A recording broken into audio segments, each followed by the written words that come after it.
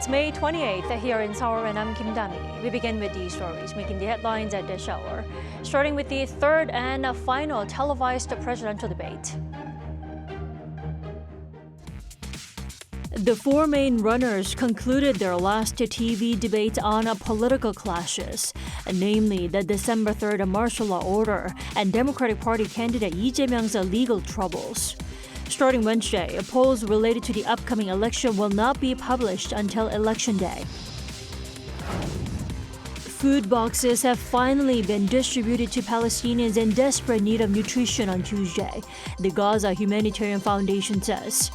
600 days have passed since the Gaza war broke out, leaving over 54,000 Palestinians dead. The Trump administration has ordered U.S. embassies to stop student visa interviews, a move the State Department says will allow for expanded social media screening of applicants. We start with the third and final TV debate between the four leading presidential candidates, this time on politics and foreign policy.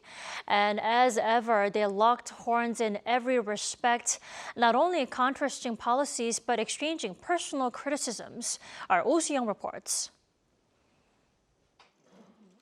The final presidential TV debate took off with intense verbal exchanges as the four leading candidates clashed over visions of foreign policy and domestic political reform. Democratic Party candidate Lee Jae-myung voiced support for the South Korea-U.S. alliance, calling it the foundation of Korea's diplomacy, and even said trilateral cooperation with Japan is necessary. But he maintained a stance that Seoul shouldn't neglect ties with China and Russia. We must manage our relations well. There is no need to antagonize them as we are doing now. People Power Party Kim Mun-soo raised concern over Lee's alleged involvement in an illegal remittance to North Korea, saying it was fattening the Kim Jong-un regime and its missile and nuclear threat. I will strengthen nuclear deterrence and enhance our defense capability to build a Republic of Korea that will not be shaken by any threat. Responding to a question from Lee, Kim Mun-soo said nuclear weapons should be pursued if it is possible within the scope of the South Korea-U.S. alliance, and also suggested nuclear sharing arrangements similar to NATO's or a Korean-style model. Lee criticized the stance, saying that denuclearization of the Korean peninsula is already a given. Meanwhile, the Reform Party's Lee Jun-seok criticized both the DP and PPP for simply aligning with larger powers and pledged practical ways to overcome Korea's security crises. I will elevate South Korea from a nation that depends on alliances to one that designs and leads them. He said he'd coordinate policy on foreign affairs, unification, defense and internal affairs with a Deputy Prime Minister for Security and by merging the Foreign Affairs and Unification Ministries.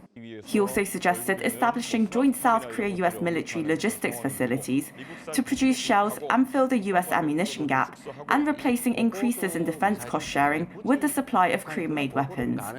He also questioned the DP candidate over his past claims on America's deployment of the THAAD missile defense system to South Korea, saying that such claims align with the views of China and conspiracy theorists. Lee Jae-myung said it isn't appropriate to continue fueling controversy over the matter. He also said there was no evidence of his alleged remittance to North Korea. Meanwhile, Democratic Labour Party candidate Kwon Young-guk declared he would appoint a civilian as defense minister and dismantle elite military factions. I will create a scene where the U.S. and North Korea establish diplomatic ties. Based on active exchanges, I will realize peace on the Korean peninsula. The two-hour debate was also intended to address domestic political reform, but was overridden by mudslinging, targeting Lee Jae-myung's ongoing criminal trials and his party's push for legal revision and judiciary reform, an apparent attempt to exonerate him. Kim Mun-soo, meanwhile, was criticized for his association with impeached President Yoon Suk-yeol as other candidates called to close the chapter on the dark legacy of martial law. Oh Si-young, Arirang News. With less than a week left till the election, voters gave their views on who performed best in the second presidential debate.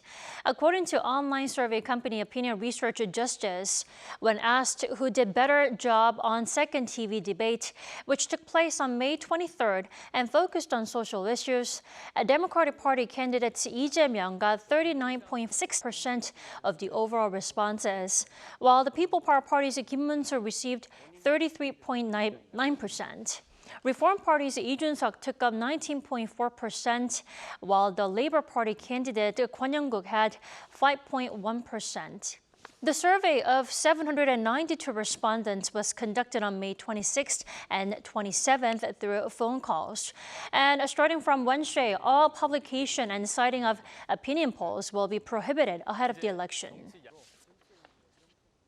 So the people of South Korea will elect their new leader in 6 days, which made last night's TV debate even more critical for the main presidential runners. Will the course of the next 6 days be a game changer? Let's turn to Professor Mason Ricci. Good to have you with us, Professor Ricci. Hi, good morning. So I'd like to start with the third and final debate last night. Do you think any of the four runners excelled in trying to convince voters that they are the most suitable leader? Well, the first thing to say is that last night's debate, continued the slide in quality that we saw from the first debate to the second debate, and now from the second debate to the third debate, where the quality of discussion has just gotten worse and worse. The policy-oriented discussions were totally overwhelmed by personal attacks. None of the four candidates really seemed like they were statesmen, so to speak.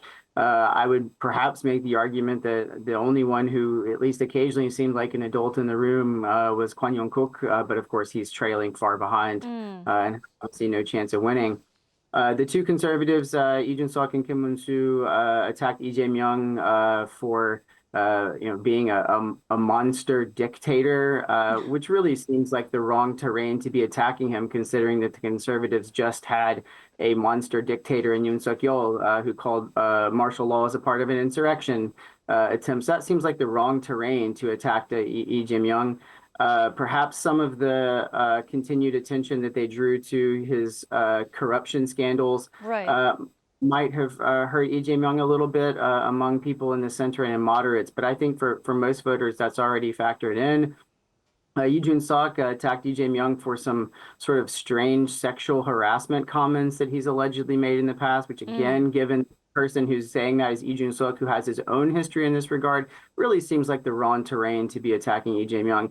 If I were the conservatives, I would have been focusing on a forward-looking agenda, which has simply not happened. Lee Jae-myung, for his part, tends to focus on, trying to attach the conservatives to the martial law insurrection by Yoon Suk-yeol, and I think that's probably a smart move on his part. But of course, again, that's already baked in. The conservatives have largely, more or less accepted, that that's happened and have tried to move on. So I don't really think that that's necessarily going to change the needle in this very much. Overall, the whole debate really reminded me of this expression we have in English. We say, when you wrestle in the mud, everyone gets dirty, but only the pigs like it. And it really seemed like they were all pigs in this debate. It was really kind of disgusting, honestly. Right, the final debate turning out to be not too pretty yet again. Now, voting in South Korea's snap presidential election officially begins here in the country tomorrow with 2 days of early voting. Professor Ricci, can that be a barometer of the actual election day and the election day voter turnout? What do you think? I think that there's a pretty coherent thought that people who come out and vote early are, at least in some sense, an indicator or a barometer of an overall electoral engagement, and that people are perhaps not excited, but they are emotionally driven to come out and vote, which of course takes time, it takes energy, takes some effort. You have to think about who you're going to vote for in advance and all of these sorts of things. So I think that that can well be the case. We'll see what the final numbers are for total voter participation afterwards. But in general, one would think that level of engagement overall can be indicated by early voting. There are, of course, also perhaps some downstream effects where early voting and significant voter engagement may end up spurring people who might not have otherwise voted to sort of, let's say, quote unquote, catch the voting fever and themselves come out and vote during the actual election day. So there might be a sort of snowball effect. I think there's not very much evidence in political science research for that, but I think that there's some at least. And then the last thing I would say is, there are some other issues that come along with early voting, such as ballot storage and election integrity. And in a place like South Korea, which is heavily polarized right now, and which there's a significant debate around electoral election integrity, obviously that presents some challenges too, so that all sides can maximize the feeling that they feel like the election has been treated fairly and without partisanship. Right, election being fair in any shape or form. And now we do know overseas voter turnout marked a record high at 79.5%. This is certainly an exciting figure, isn't it? Yeah, it's certainly a significant number. Record turnout in that regard, and I think that there's an argument, at least that you're hearing in some places, that overseas Koreans feel some sort of extra responsibility to come out and vote, extra civic duty, especially given what's happened over the last 6 months with the martial law declaration. And maybe there's some truth there. I think it's really hard to tell. But I do think it likely indicates, at the very least, how overseas Koreans see that this is a very high stakes election, not only domestically in Korea in terms of the direction that the country is going to take here, but also, we're in a very precarious and perilous moment internationally. And of course, overseas Koreans feel that perhaps as acutely as anyone. And so they probably feel like there's some sense in which they're trying to come out and vote so that they can strengthen Korea as a player on the global stage in a moment of extreme danger and instability. Certainly. Professor Ritchie, before I let you go, we are now officially in this so-called poll blackout mode until the election, where we no longer know the support rates for any runners. Now, do you think this period will be a game changer in any way? My guess is probably not. If we were in a situation where the polls were relatively close, that might make a difference in terms of the way that people perceive the election taking place, and of course, similarly, if there were to be a last-minute merger between Lee Jun-suk and Kim Moon-soo, that might also change the needle a little bit if we were in an election that's relatively close. But the fact of the matter is, right now, Lee Jae-myung is leading head-to-head races anywhere between something like 9 and 13 points, which is obviously far outside of the margin of error. And so I think it would require some very significant new revelations of various varieties to really push things one way or the other in terms of moving the needle. And I just don't think that the access that people don't have to polling data is going to be something that's going to factor very much into the overall outcome of this race. All right, it was a pleasure to have you with us again, Professor Ritchie. Thank you so much for your time this morning. Great, thanks for having me.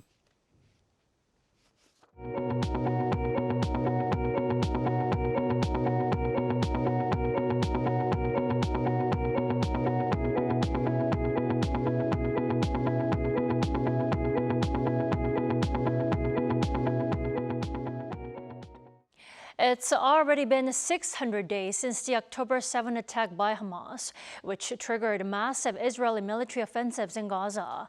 And with no signs of a ceasefire, civilians in the devastated Gaza Strip are suffering from a lack of food and health care. An Sung-jin has the details. Thousands of people stormed towards an aid distribution point, causing a stampede. Shots are fired into the air to disperse the crowd. On Tuesday, following almost 3 months of aid being blocked, the U.S.-backed Gaza Humanitarian Foundation distributed around 8,000 food boxes, or around 462,000 meals in the southern city of Rafah. We want to eat. We're hungry. We have been humiliated with the communal kitchens and the water and everything. Look what they've put for us. The Israel-Hamas war has reached the 600-day mark. Nearly 2 years into the conflict, more than 54,000 people have been killed and over 123,000 injured. Gazans suffer from severe food shortages and a lack of access to healthcare in the devastated enclave. Israel has faced widespread condemnation for the civilian suffering caused by the conflict. 600 days ago, on October 7, 2023, Hamas attacked Israel, killing more than 1,000 and kidnapping more than 200 people. That led to massive Israeli military offensives, airstrikes, and a ground invasion of Gaza. Though ceasefire negotiations continue with mediators including the U.S., Qatar, and Egypt, a deal has yet to be reached. International organizations such as the World Health Organization urgently call for an immediate ceasefire and the release of all remaining hostages. An Sung-jin, Arirang News. The Trump administration has ordered a pause on new student visa interviews, and it's weighing requiring social media screening for foreign students who wish to study in the U.S. and its latest series of restrictions on international students. Lee Seung-jae has more. The U.S. government is now looking into mandating social media screening for international students who wish to study in their country. In preparation for the new review system, the U.S. State Department has ordered all diplomatic missions around the world to temporarily suspend visa interviews for international students. In an announcement made by U.S. Secretary of State Marco Rubio on Tuesday, consular sections should not add any additional student or exchange visitor visa appointment capacity until further guidance is issued in preparation for an expansion of required social media screening and vetting. However, Rubio said that the government will proceed with interviews that have already been scheduled. Those looking to apply for the F, M, and J visas will see their interviews temporarily suspended. F visas are issued to students who wish to study at a U.S. university or review language training, while the M visa is for those who wish to receive job training. The J visa is for exchanges in the fields of education, arts, and science, particularly for exchange researchers and students. If the Trump administration does carry out the screening process, it could significantly slow down student visa processing, effectively hurting many U.S. schools that rely heavily on foreign students to boost their financial coffers. The government had earlier imposed a partial social media screening requirement, mostly targeting returning students who may have participated in pro-Palestinian protests. However, the latest order does not specifically say what the government would be screening for, but that it aims to keep out terrorists and battle anti-Semitism. Lee Seung-jae, Arirang News. An annual international peace forum kicked off on Wednesday on South Korea's southern island of Jeju. The 20th Jeju Forum is expected to draw 4,000 people from 30 different nations. Throughout the three-day event, which will run until this Friday, discussions will be held on various geopolitical issues, including changes to the diplomatic landscape following U.S. President Donald Trump's re-election to a second term. Under this year's theme of harnessing innovation for peace and prosperity, the forum will also address ways to maintain stability on the Korean peninsula, as well as ways to enhance multilateral cooperation on maritime security. Consumer sentiment here in South Korea saw a sharp rise in May, a temporary pause in U.S. tariffs, and expectations for the new South Korean administration help hold that consumer confidence. Park Jun-han reports. South Korea's consumer sentiment in May saw its largest increase in 4 years and 7 months. The Bank of Korea released on Tuesday the country's Composite Consumer Sentiment Index, which reflects consumers' views on the state of the economy. Rising by 8 points from April's 93.8 to 101.8 in May, the index recorded its strongest one-month gain since October 2020.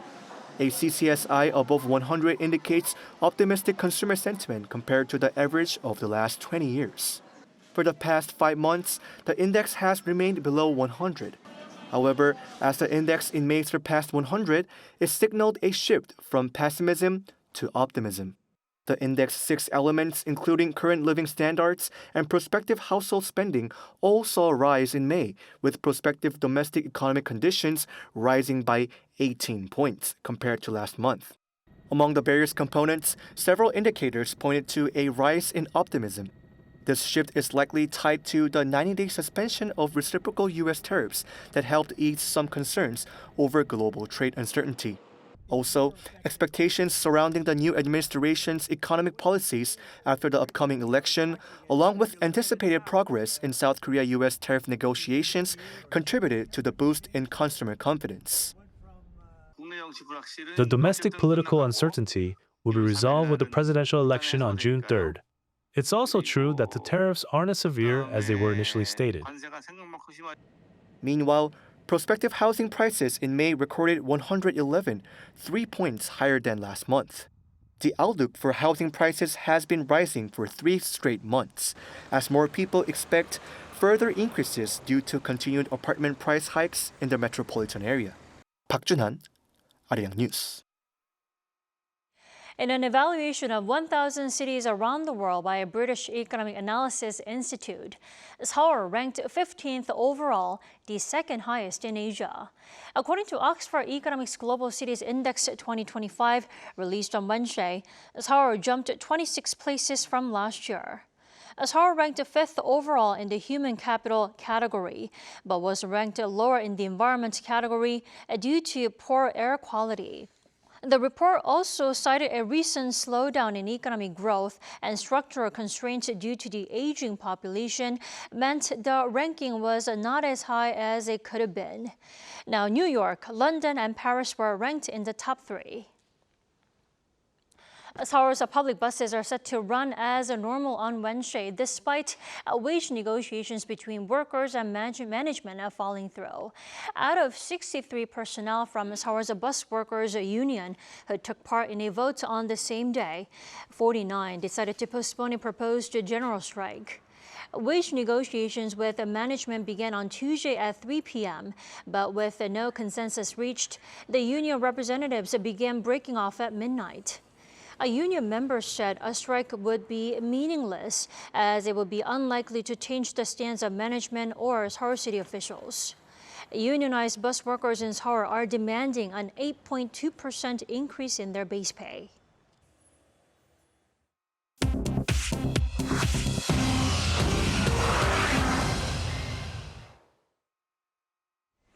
Good morning, I'm Choi Ji-hee, and this is The World Now. In a historic address to Canada's Parliament, King Charles III reaffirmed the nation's sovereignty and freedom, responding to U.S. President Donald Trump's recent suggestions of annexing Canada as the 51st state.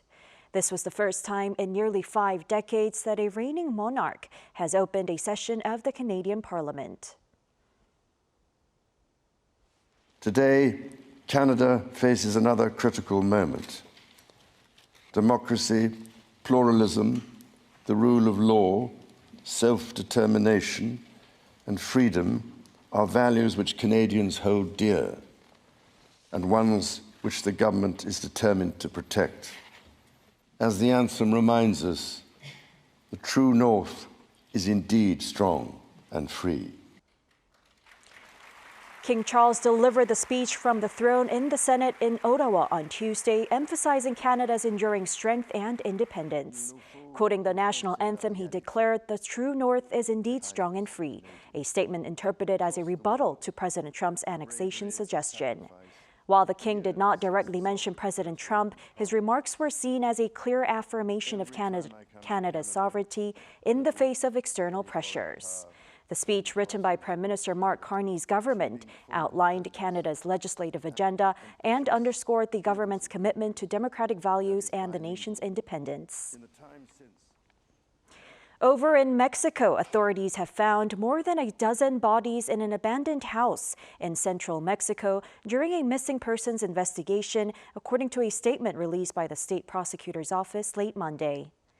Between May 23rd and 24th, investigators from the Guanajuato State Prosecutor's Office conducted a search of a deserted property using ground-penetrating radar and detection dogs.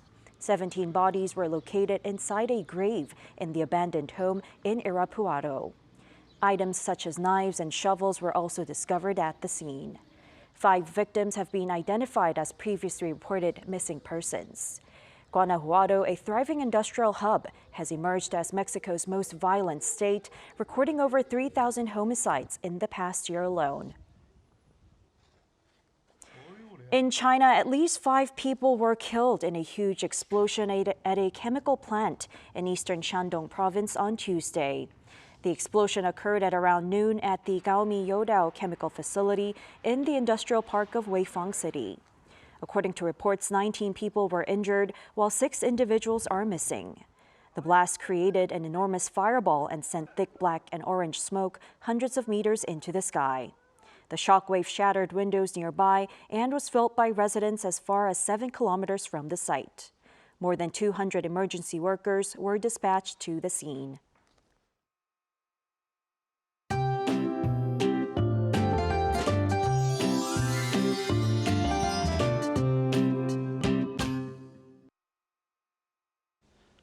It certainly feels like summer is marching right towards us. We're expecting another taste of early summer weather this afternoon with some noisy showers, especially in the inland areas.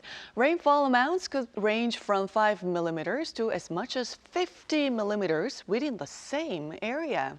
And along with passing showers, the capital area is forecast to have bad ultrafine dust levels throughout the day today. And when it's not raining, skies will be mostly clear across the country. Seoul gets up to 26 degrees, Daejeon, Daegu hitting 28 degrees. Gwangju will be rather under sunny skies all day today. The summer vibe will be getting stronger every day, but remember to keep those significant daily temperature swings in mind. And don't forget to grab your umbrella as you head out today. Now that wraps up our morning edition of Arirang News. Thanks for watching.